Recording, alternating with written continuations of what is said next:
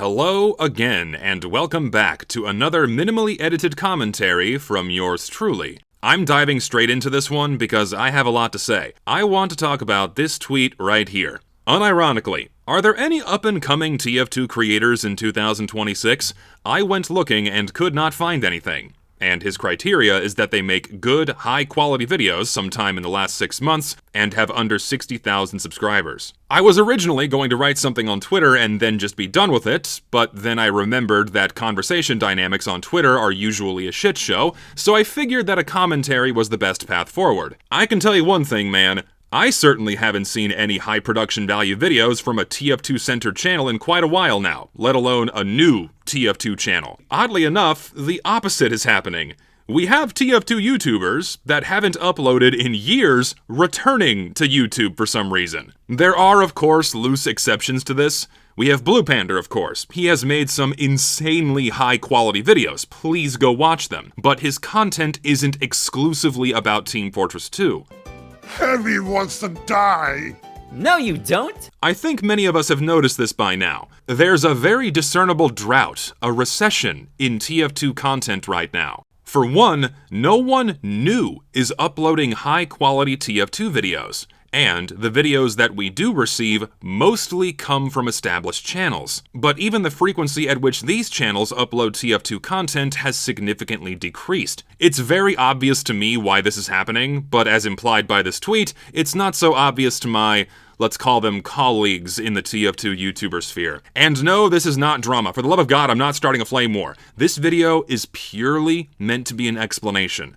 And a warning. Another warning for anyone that actually cares about this game's future, as if though I haven't been beating this drum long enough by now. Before I start, my friend Lucid had a stream the other day where he shared many similar thoughts to my own, so I'm gonna be lacing in a few clips from that stream into this commentary. Go watch his videos too, very good content. So, to start, the TF2 YouTube scene used to be the pinnacle of gaming content on YouTube. It was revered as the peak for editing, for growing a channel, and that acknowledgement didn't fizzle out until very recently. My friend Lucid said this far better than I could. And I quickly realized the TF2 space on YouTube, which was once associated with peak YouTube content and the don't let revisionist history of any kind fool you, that was the echelon TF2 YouTube was in. People talked about how all these other games, people were just making like gameplay commentaries. TF2bers were like making full-on animations and shit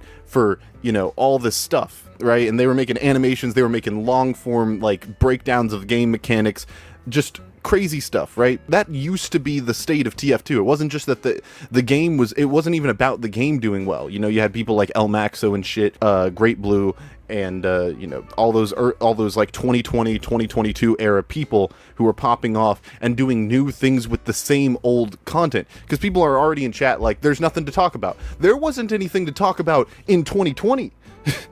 We were already there. We were already at the point where there was nothing more to say.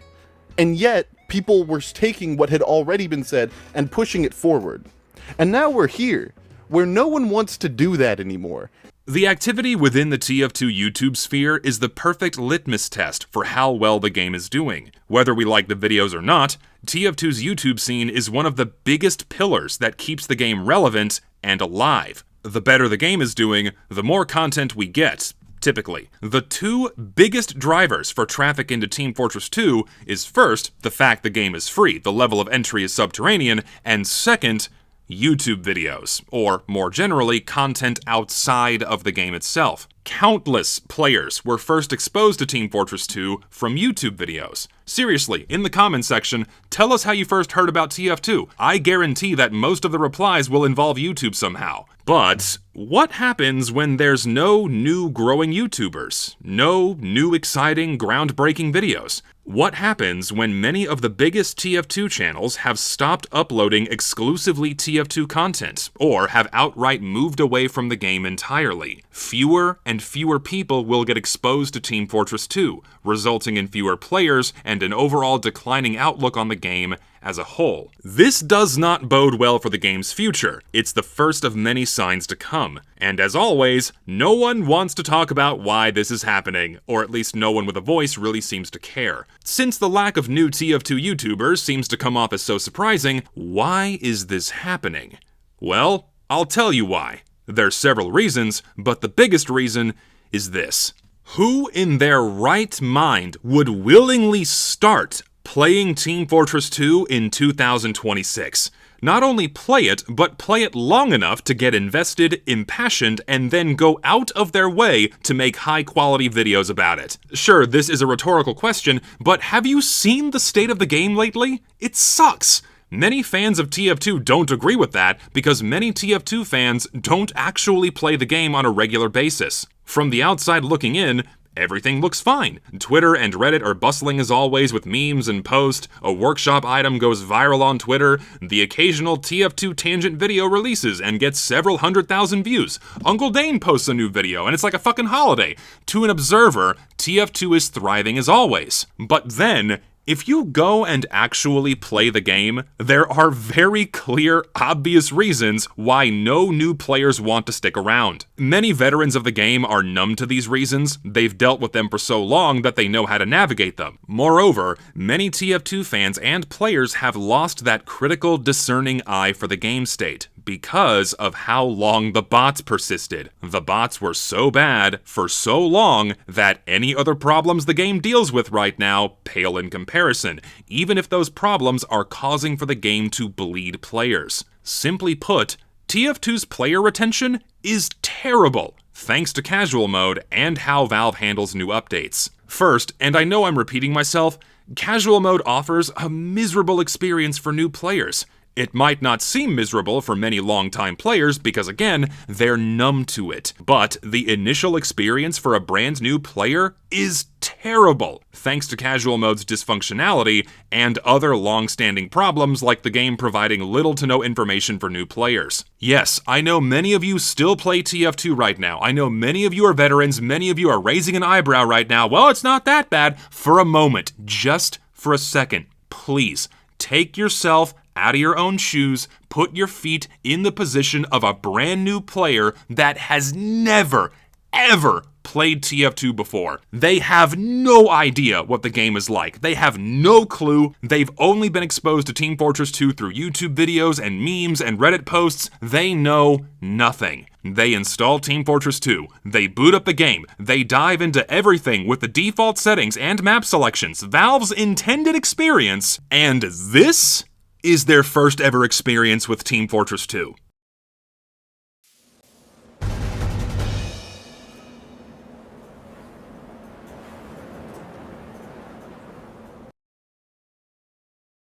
Imagine if any other game did this. Imagine the confusion and the bewilderment. Is my game broken? Is it supposed to do this? I queued, I waited, I joined a server, so why am I not playing right now? Or, why did I only play for 30 seconds? Or, why is the server half empty? Or, why are my team sizes uneven? Or, why are all of my matches miserably unbalanced? Is it really any surprise that people don't want to stay? TF2 utterly fails at providing the expected, modern matchmaking experience that countless other games do better. As I've seen many other people say before, well, players expect the modern experience out of modern games, and well, TF2 had to adapt. That's what Meet Your Match was for. Meet Your Match was supposed to provide that modern experience. Right? Well, casual mode doesn't only fail in that department, but it's hilariously broken. No other video games matchmakers on the market behave like Team Fortress 2's. If any other popular titles, even remotely close to TF2's size or bigger, had casual mode's behaviors, the players would be shouting at the developers to address these behaviors for what they are.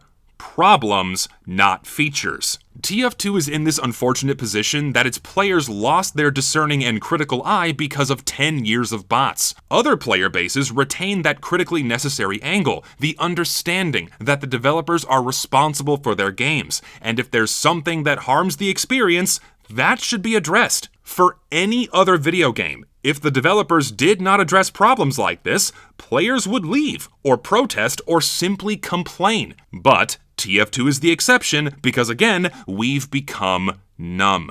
Plus, Valve is at the helm, and their glistening reputation shields them from any kind of criticism. What brand new player would stick around for a game like Team Fortress 2 that is not only ignored by the developer, but faces a constant level of dysfunction? Seriously, TF2 is free, and in an ocean of other free options, if this is what the game is offering, who would choose to stay?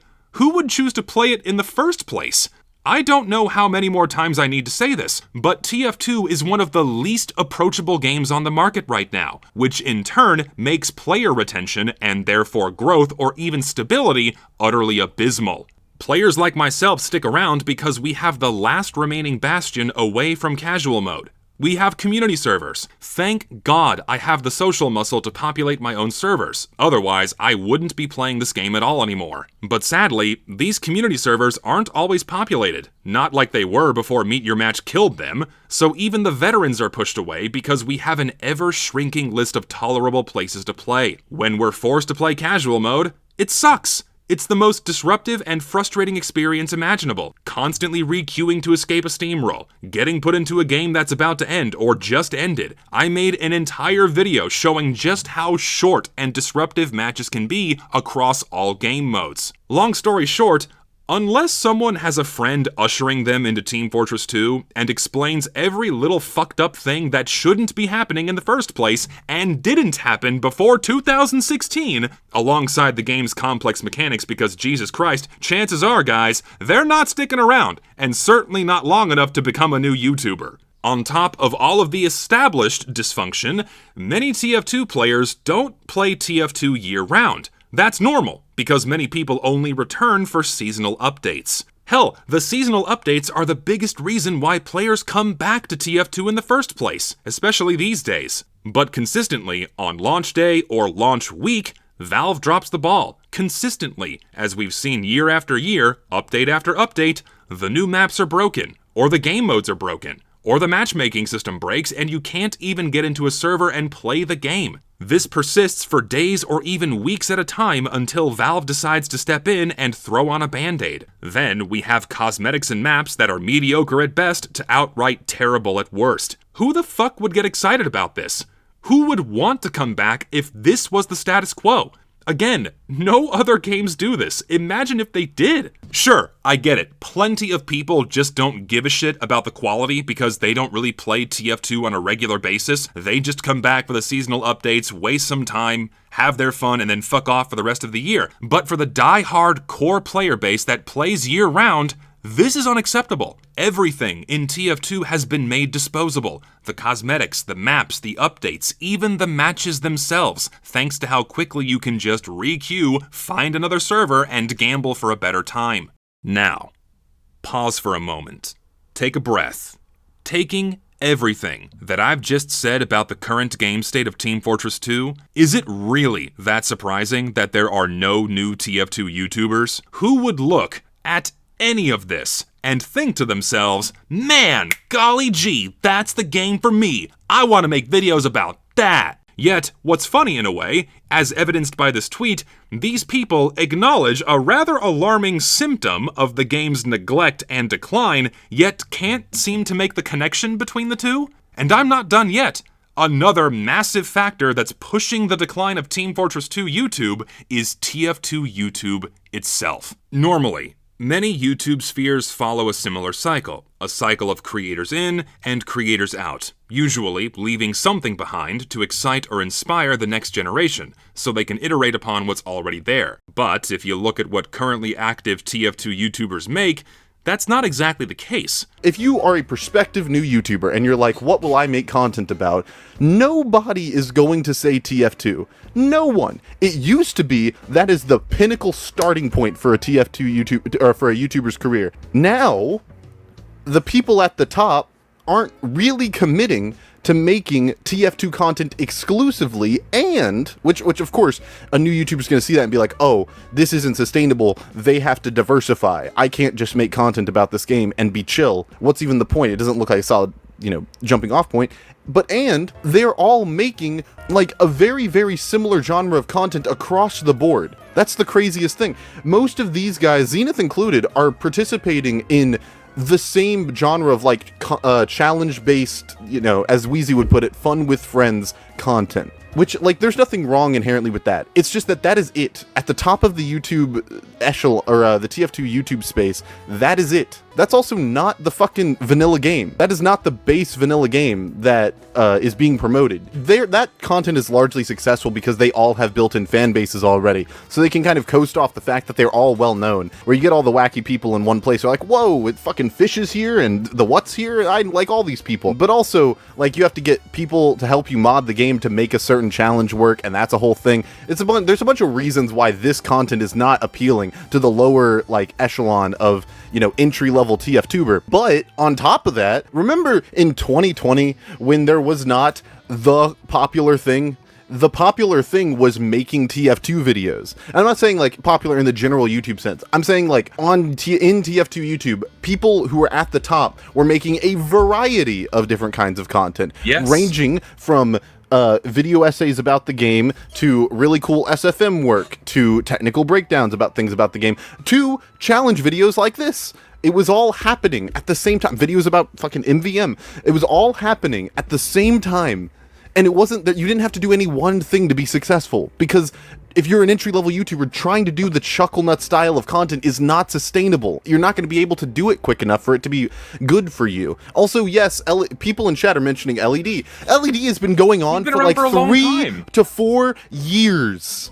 If that is the most recent example, that is awful. We are fucked. It's done. As Lucid points out, most new TF2 YouTube content from the biggest creators doesn't exactly encourage iteration or approach. It's a group of friends, closed off and having their fun playing modded versions of Team Fortress 2. It's not even the vanilla game. Plus, many of these same channels are no longer exclusively TF2 channels anymore. Many of them are diversifying their content away from Team Fortress 2. Worse still, the largest currently active channels that still exclusively make TF2 content, Uncle Dane and Soundsmith, what have you, have quite frankly fallen off. No shade to anyone here, but Soundsmith's been making the same videos for 2 years now. He's comfortable with what he's got. Uncle Dane's videos were once considered the peak of TF2 content. High quality editing, high quality scripting, like his Engineering 101 videos. But now, he's just a familiar face, making videos that don't amount to much more than just riffing off the cuff for an hour. Lazy Purple vanished, again, I wish the best for him, don't know what's going on there, and El Maxo, by far the biggest channel to grow from nothing over the last 4 to 5 years, who achieved nuclear, explosive growth, making some of the most viewed TF2 videos of all time, abandoned all of that, and became a failed breadtuber. Don't get me wrong, there's nothing inherently wrong with any of this. No one is obligated to make a certain form of content, or uphold a certain quality standard, and I don't blame anyone for leaving Team Fortress 2, at all. Look at the game state. I can't blame them. I'd be a hypocrite if I did. But the point is that when many of the TF2 YouTubers are outwardly showing that they no longer want to exclusively make content about this game anymore, let alone the vanilla game, or have either stagnated or moved away completely, how do you think that reflects back onto potential YouTubers? It broadcasts through a giant open megaphone that there is no sustainable future here. That now, there's not even a first step into making TF2 content, because what's popular right now is either not the vanilla game or the YouTuber, not the game itself. When your biggest YouTubers aren't exactly creating content to aspire towards, new ideas to iterate upon with the base vanilla game, or they just leave altogether, who would look at this, any of this, and think to themselves, yep, I'm gonna be a TF2 YouTuber now. That's the place for me. And I'm not saying my content is any better. The majority of my videos over the past 2 years have primarily been minimally edited commentaries or discussions about the game's failing condition. I'm not being iterative or creative either. My content isn't something people aspire towards. I get that. I too should be leading by example, and I'm not. But the reason I'm not doing this is because rearing the next generation of TF2 YouTubers is not the priority right now. You can't build up a new group of YouTubers or fans or players when there's no foundation left. The priority should be addressing the biggest reason why this foundation is crumbling, why all of this is happening in the first place. No new TF2 YouTubers, no new players, all of the biggest YouTubers diversifying their content and moving away or moving away completely. All of this lands at the feet of Valve. All of this lands at how they've been treating the game for the past 10 years. Look at this tweet. This tweet right here perfectly summarizes TF2's state over the past decade. This is the perfect textbook example as to why no one gets into TF2 anymore. The sentiment shared in this tweet is one that did not exist before 2016. Practically no one viewed TF2 like this before Meet Your Match, because back then, what you got in a TF2 video was almost one for one what you got in game. I was there. I remember. You would watch the latest Germa or Star video fucking around with friends or weapons or they're playing on a map, what have you, and you could instantly do the exact same thing with your friends. Get that exact same experience in a populated server. There wasn't a broken matchmaking system. There wasn't this need to constantly re-queue for a new match. You didn't need to pile into a party and wait around indefinitely for a game that does not exist. You didn't get these miserably broken or unplayable updates. The list goes on. These problems, amongst many others, did not exist before Meet Your Match. Moreover, all of the other player freedoms and agency that were taken away from us also soured the experience. The removal of ad hoc connections and team switching made playing with or against your friends a chore or impossible. The removal of quick play and Valve servers from the server browser killed all exposure for community servers, causing for them to die and limit our options further. Meet Your Match completely upended this game and the relationship between TF2 YouTube videos and the game itself. Man, the game looks really good when you can edit all this bullshit out, but when you actually try to play the game, yeah, that sentiment that watching TF2 videos is more enjoyable than playing the game itself has become so widespread, it's one of the biggest memes that everyone has seen before. Yes. TF2 looks great when you can edit out all of the time you spend waiting for games to load. In 2020, to 2023, 2024, bots were a huge issue. All of that is gone. None of that's being shown on YouTube. None of the issues with the quality of the cosmetics are being shown. It's just the gameplay, which is really, really good and solid. But that's not what you get when you boot up the game. So, yeah, of course you're gonna feel this way. Who wouldn't feel this way? So, why is no one talking about these problems more? Why are so many of us completely indifferent towards the state of this game and Valve's inaction to address anything? Thankfully, again, it's not everyone. Thank God we have people like Wheezy sounding the alarm on the MVM update. Because if that update flops, holy fuck, it's over. This game is done. What little hope people have for this game's future is going to be completely shattered. It's been almost a year since the first blog post announcement for this update, and it's still not here. What's going on? We also have Lister, that made a few videos about matchmaking and potential solutions to improve it. But other than them, no other larger voices say anything. Plenty of smaller voices do, and I try to amplify those as best as I can through my own streams. But that's it. I'm not enough. These smaller voices are not enough. If we keep pushing all of TF2's present problems and neglect aside, apathetically regurgitating the same shit over and over again, well, I don't really care. Why do you care? I still have fun. I can just re-queue. Or we'll just wait for Valve to fix it. Well, just be thankful Valve updates the game at all anymore. Well, guess what? Nothing is gonna fucking change. We've been doing this for 10 years and look where that's got us. Nowhere.